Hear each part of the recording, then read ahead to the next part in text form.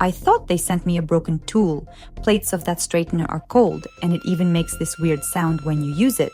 But then it turned out it's an ultrasonic iron. You use it with masks and treatments, and instead of heat, it uses micro vibrations to break the product into tiny particles and push it deeper into the hair, so it doesn't straighten anything. It just makes the treatment work better, and after that, the hair feels softer, smoother.